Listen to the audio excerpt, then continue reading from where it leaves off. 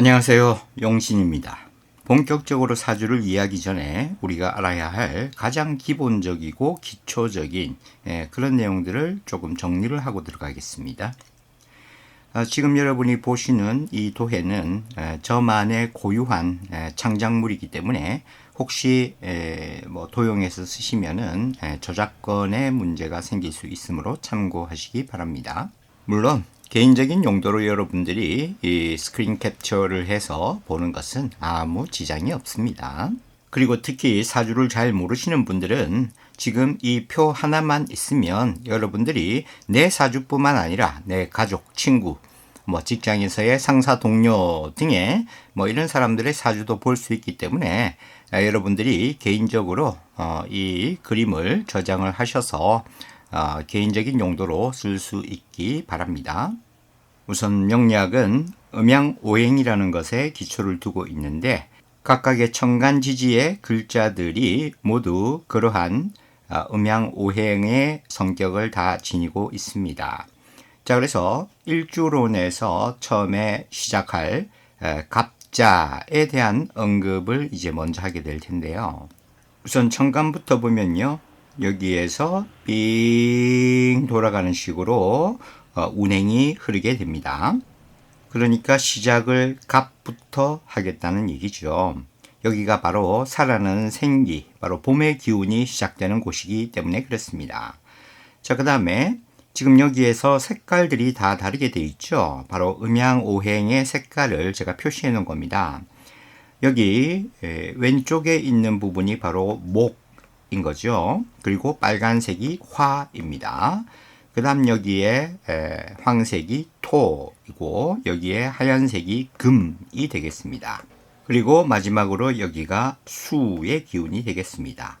이런 식으로 5가지의 성질이 돌아간다 라고 해서 오행이라고 합니다. 5가지죠. 그 다음에 행, 갈행입니다. 그래서 이렇게 5가지 글자가 돌아가는 기본 이치는 여러분들이 외워주시는 게 좋아요. 어려울 거 없죠. 목, 화, 토, 금, 수로 빙 돌면 되는 겁니다. 그러니까 목에서 화가 생겨나고 화에서 토가 생겨나고 토에서 금이 생겨나고 금에서 수가 생겨나고 그 다음 수에서 목이 생겨난다. 이렇게 설명을 합니다. 사실은 원칙을 따지자면 수가 가장 먼저예요. 우리가 방위를 얘기할 때에 서양식으로 굳어져서 이런 식으로 이제 방위 사자를 그려놓고 동서남북을 표시할 때에 오른쪽이 동쪽이고 그 다음에 왼쪽이 서쪽, 그 다음 아래쪽이 남쪽, 그 다음 위쪽이 북쪽이죠. 근데 이렇게 공부를 하면 말이죠. 여러분들이 자꾸 혼란이 오게 됩니다. 전통적인 동양 사상에서는 이렇게 되는 게 아니라 완전 뒤집어지게 돼 있어요. 그러니까 북쪽에서 남쪽을 내려다보는 형식이 돼야 맞다라는 거지요. 그러니까 어떻게 되냐면 이 수가 북입니다. 그리고 이제 여기가 시작점이에요. 그 다음에 이제 태양이 쭉 돌아서 순행하는 방식으로 이제 동쪽에서 떠오르는 것이고 그 다음 한낮에 남쪽에 가장 높은 곳에 해가 있다가 그리고 이제 서쪽으로 지게 되는 것이죠. 자, 그 다음에 이제 다시 북, 동, 남, 서 이렇게 가는 겁니다. 그러니까 이런 서양식의 틀로는 이 동양 철학인 명리학을 이해하기가 좀 혼란스럽다는 겁니다. 항상 이 명리학 사주는 북에서 남을 쳐다보는 방식으로 되어 있다라고 생각을 하셔야 되겠고요.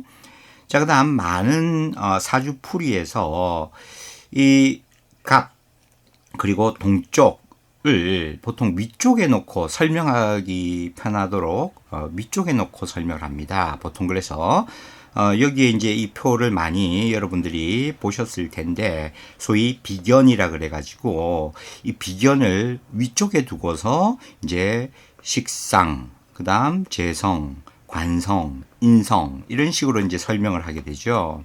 그렇게 하다 보니까 또 이제 여러분 머릿속에서 자꾸 이제 혼란이 오는데 저는 바로 이렇게 오는 혼란들을 다 정리해서 하나로 통합을 했어요. 그러니까 이제 앞으로 여러분들이 제 사주 설명을 들으실 때는 항상 동쪽부터 시작을 해서 빙 돌아간다. 이렇게 보시면 되겠고요. 흔히 여러분들이 많이 알고 계신 내용으로 좌청룡 우백호 이렇게 얘기하잖아요. 바로 좌청룡입니다. 좌청룡 그 다음에 우백호. 무슨 말씀인지 아시겠습니까? 왼쪽이 동쪽이고 그리고 청룡이 있습니다. 보시다시피 청룡이죠. 청색이 봄의 기운이에요. 자, 그래서 일부 만세력은 파란색으로 되어 있는 경우가 많은데 대부분 녹색으로 봄의 기운을 표시를 많이 하고 있습니다. 그래서 청록색 이렇게 얘기를 해주면 돼요. 그래서 이상하다. 나는 좌청룡 우백호라고 들었는데 사주 공부해 보니까 청룡이 동쪽이란 말이죠. 그래서 우리가 기존의 서양식 방식으로는 동쪽이 좌측이 아니고 우측인데 이거 어떻게 된 거지? 막 이때부터 이제 혼란이 시작되는 거예요. 근데 알고 보면 이게 뒤집혀야 맞다라는 얘기입니다. 그래서 이쪽이 북쪽입니다. 북쪽. 그래서 이쪽이 동쪽이 맞아요. 무슨 말인지 아시겠죠? 그래야 좌청룡 우백호가 맞고 여기에 이제 서쪽이 우백호입니다. 백호. 왜 백호인지 바로 금이 뜻하는 색이 백색이기 때문에 그래요. 봄의 색깔이 청색이고 그리고 가을의 색깔이 백색인 겁니다. 그래서 동쪽에 좌청룡, 서쪽에 우백호를 앉혀야 맞는 겁니다. 그 다음에 북은 현무가 되겠죠. 그리고 남쪽은 주작이 놓여 있는 겁니다. 아시겠죠? 그래서 제 사주 설명은 항상 이쪽에서 시작한다. 왼쪽에서 시작해서 시계 방향으로 돌아간다. 이렇게 생각하시면 되겠고요. 그래서 천간도 그렇고 지지도 그렇고 이런 식으로 돌아갑니다. 그리고 지지는 북쪽 자에서 시작을 할 거예요. 이쪽도 마찬가지로 똑같이 적용이 됩니다. 여기가 북쪽, 그리고 여기가 동쪽, 그리고 여기가 남쪽, 그리고 여기가 서쪽이 됩니다. 북동남서로 돌아가는 거예요. 되시겠죠?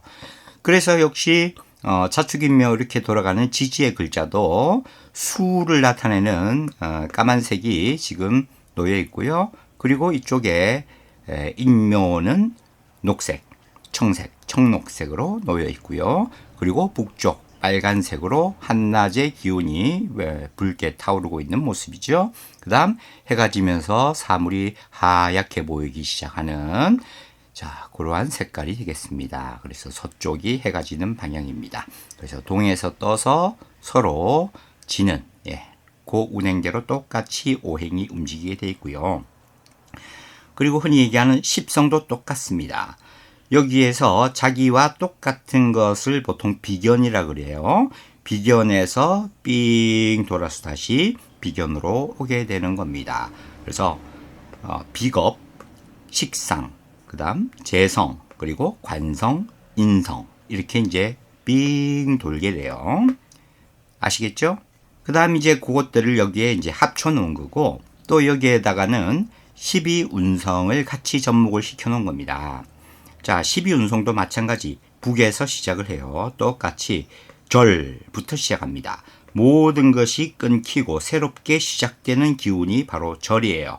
그래서 절태, 양생, 욕대, 록왕, 그 다음 쇠병사묘 이렇게 주기가 삥 돌아서 움직이게 된다라고 생각하시면 되겠습니다. 자, 이런 식으로 보면은 우리가 뭐 여기저기서 여러 가지 접했던 정보들이 뭔가 한 번에 정리되는 개념이 보이시죠? 그리고 지금 이 중간에 있는 이 부분이 사실은 가장 핵심입니다. 우리가 사주 공부할 때 또 힘들어하는 부분이 바로 이 토라는 것의 성질이에요. 토. 그래서 참 설명도 여러 가지고 사주를 얘기하시는 분들의 그 어떤 설명 방식도 참 많습니다. 그래서 아직까지도 여러분들의 어떤 논쟁의 여지를 가지고 있는 이 부분들이 바로 토와 관련한 건데요. 저는 이 토가 이렇게 어떤 입체적 모습을 가지고 있다. 이렇게 이제 표현을 하고 있습니다. 왜 그러냐면은 이 성질이 조금 다르기 때문이에요. 그래서 지지에 있는 것들은 그래도 한결 이해가 쉽습니다.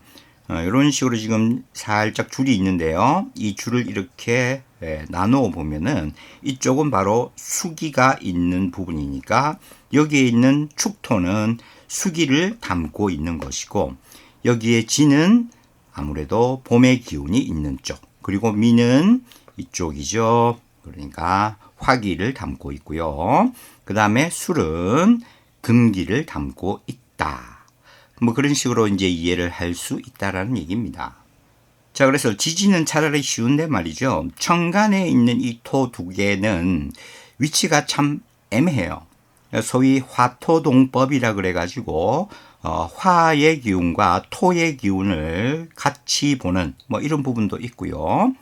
소위 이 지지 속에 숨어 있는 그 글자를 얘기할 때에도 예를 들어서 우리가 이제 봤을 때에 여기에 인이라는 지지 속에는 뭐가 있다라고 얘기를 하느냐 하면은 무병갑이라고 하는 게 있다고 얘기를 합니다. 무병갑. 그러니까 이제 그런 부분들을 우리가 이 도표에서는 바로 같이 직관적으로 볼 수 있다라는 얘기입니다. 일단 시작 지점이 무예요. 이렇게 하늘의 기운에 있는 토가 내려와서 자, 이렇게 이어지는 화살표로 표시가 되어 있죠. 인이라는 글자 안에 속해 있는 천간의 글자의 성격을 표시를 그대로 해놓은 겁니다. 무병갑입니다. 무병갑.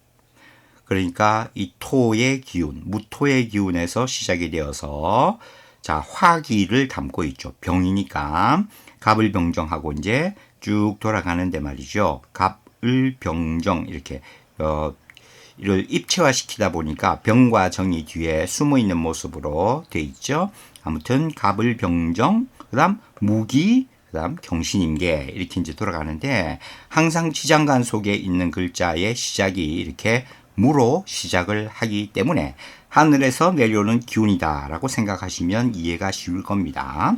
자, 그 다음에 여기에 왜 병이 있느냐 하면은 이쪽이 이제 양기예요. 여기 이제 반이 쫙 나뉘어 있죠. 큰 줄기에서 이쪽 상단이 바로 양기이고, 그리고 이제 이쪽이 음기가 되겠습니다. 그래서 음양의 이치가 이제 나뉘어져 있다고 생각하는데, 바로 여름의 기운을 나타내는 글자가 사실은 이미 봄에 좀 더울 때가 있죠.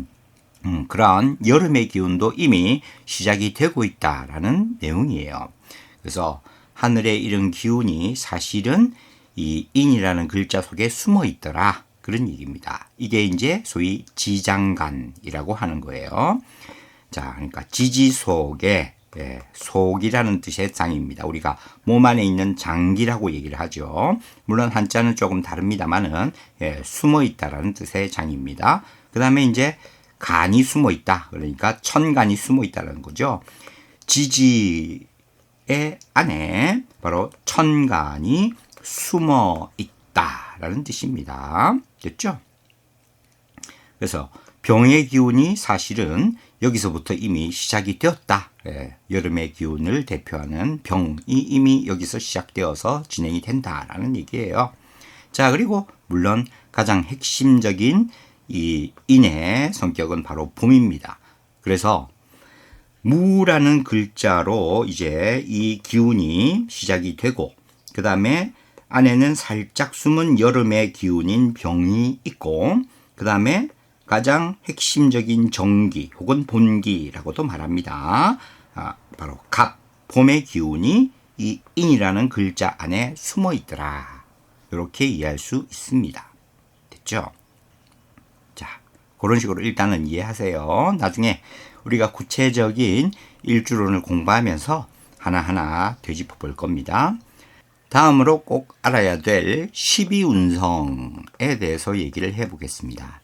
이것은 지지가 가지는 글자의 강도, 크기, 세기라고 이해하시면 되겠습니다.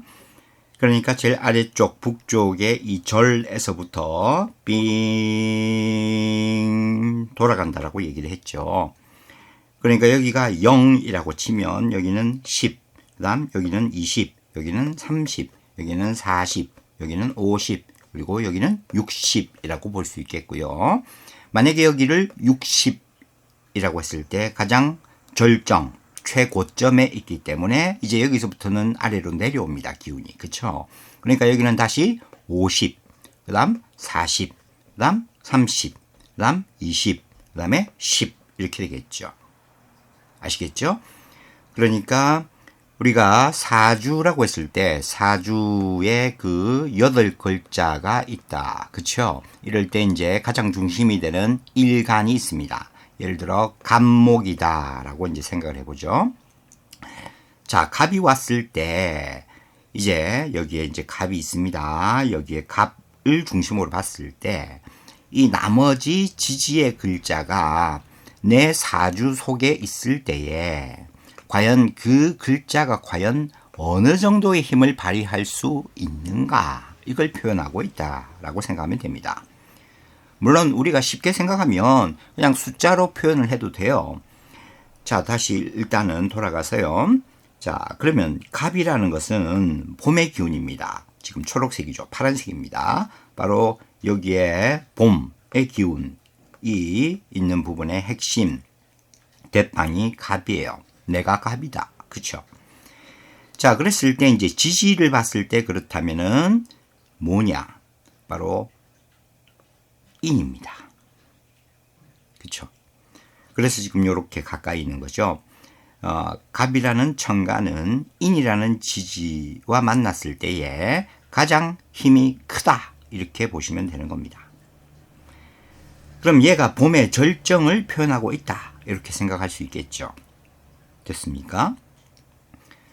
그랬을 때에 그러면 이 갑이라는 글자가 여기에 자기 밑에 인이라는 자 이런 글자를 갖고 있다라고 했을 때에 과연 이 인이라는 글자는 몇 점이냐?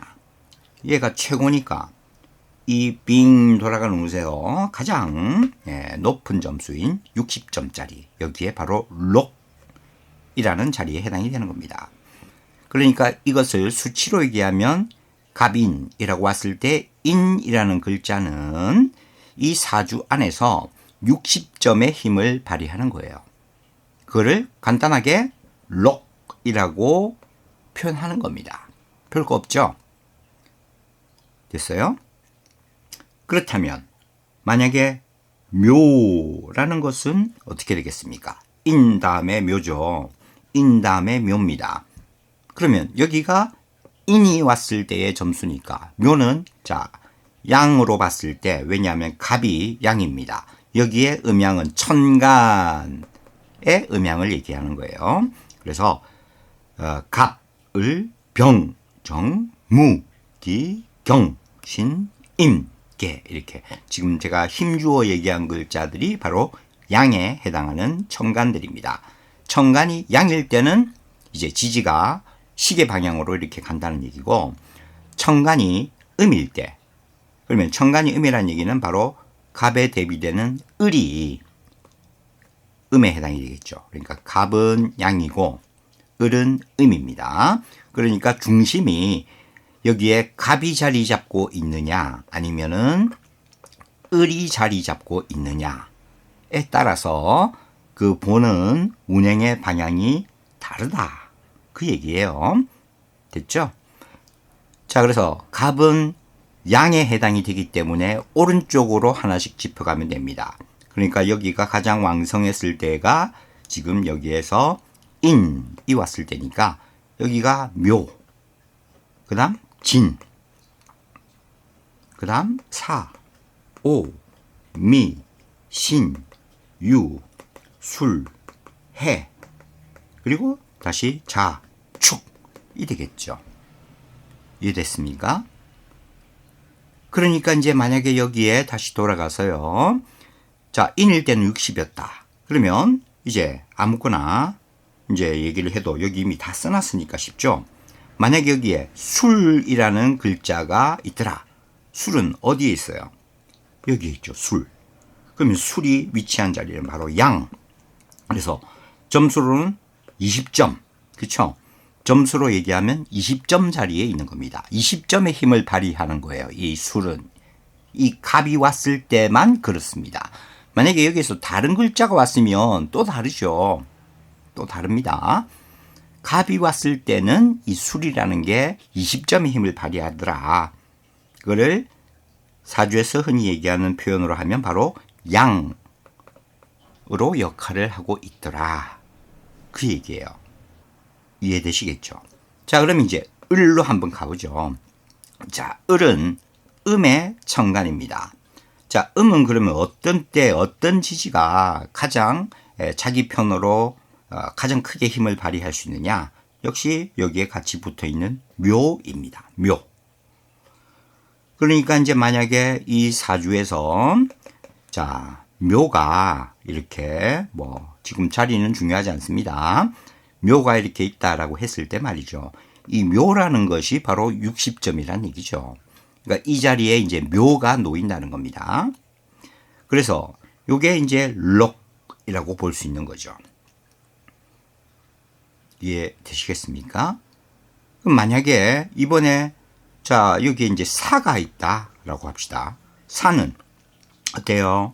자, 그럼 이제 여기에 묘를 쓰는 겁니다. 이제 을은 음이기 때문에 반식의 방향으로 짚어가는 거예요. 어렵지 않죠? 그러면 묘, 그 다음에 오는 글자는 진, 그 다음 사.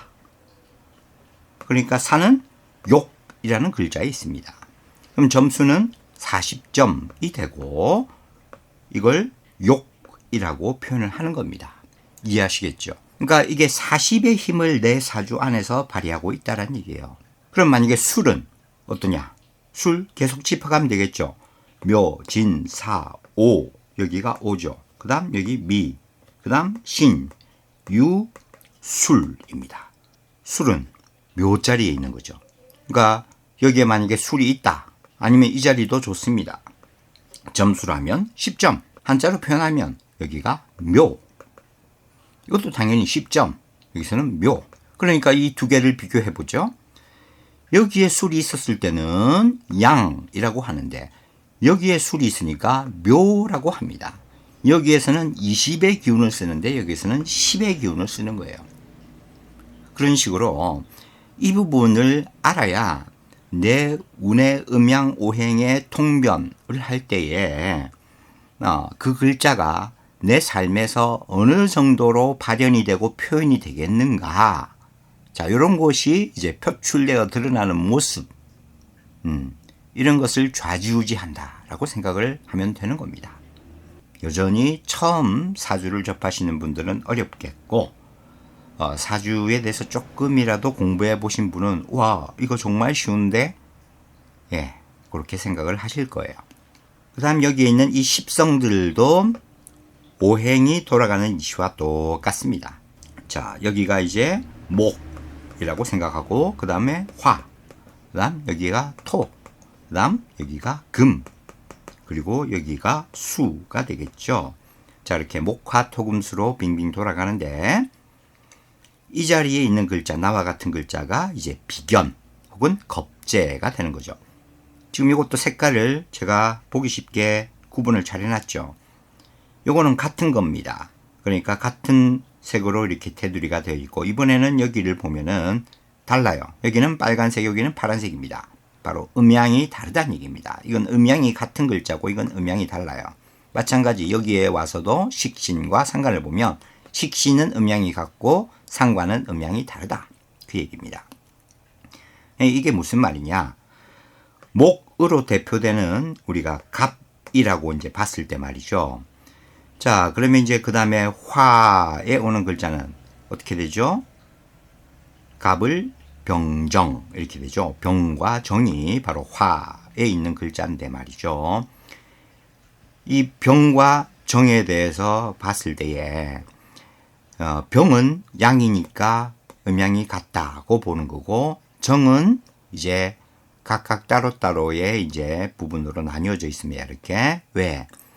지금 여기에 정이라는 글자는 음의 글자이기 때문에 그렇습니다. 화에서는 얘가 양이고 얘가 음이죠.